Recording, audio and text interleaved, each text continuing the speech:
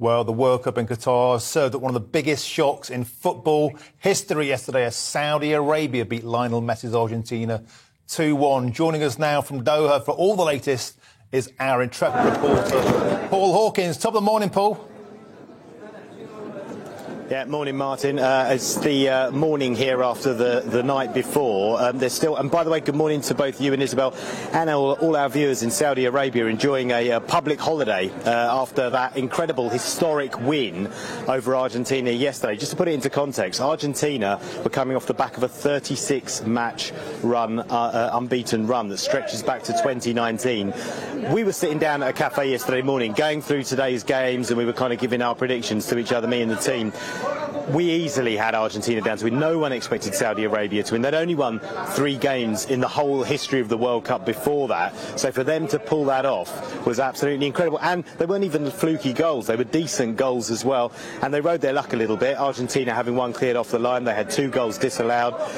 But they stuck to their guns. And all around here, because lots of Saudis around here, lots of support for Saudis, and amongst the Arab world, the celebrations just went on through the night. There were groups, huge groups of fans marching up and down the Souk Waqif here in Doha, chanting and singing. And as I mentioned, there's a public holiday in Saudi Arabia today. They'll be talking about that for years to come. One of the World Cup's biggest ever shocks. Thought there might be another shock on the cards last night when France played Australia. Australia taking the lead, but France finally finding their rhythm, clicking through the gears, and Kylian Mbappe showing why he's one of the world's great footballers at the moment. So they won that 4-1. Today we've got Germany against Japan.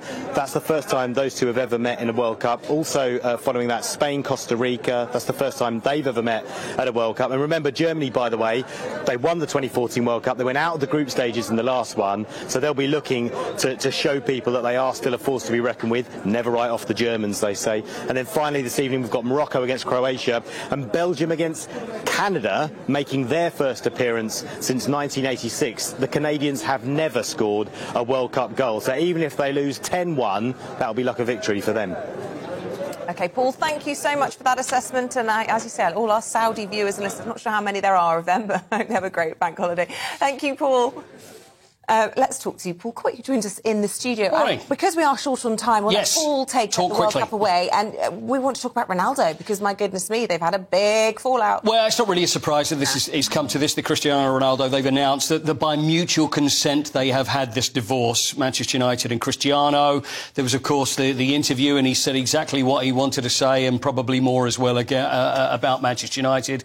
Probably stuff that he probably didn't even need to. He probably could have done all this behind the scenes. He might have got his payoff, which had probably been goodness knows how many £1 million, but it's just that the whole contract has been cancelled, so now he's a free agent. So he goes into his game against Ghana tomorrow, playing for Portugal, knowing that he's now looking for a team. And the thing is, who's going to take him on? Firstly, who's got the money to pay for him? And who actually wants... I know he's an incredibly fit 37-year-old, and he wants to play in the Champions League. Is he going to get the offer he wants? I really don't know whether he's going to. Very quickly, Paul, you've got another morsel for us there about Germany.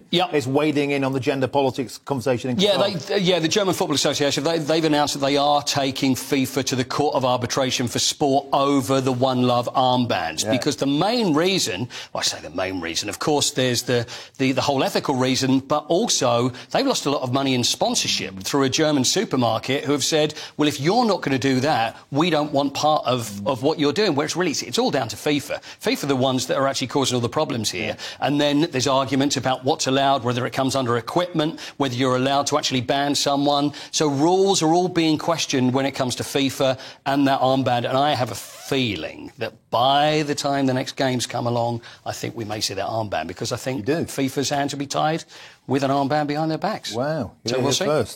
That'd be amazing. Thank you very much. Thank you. Cheers, mate.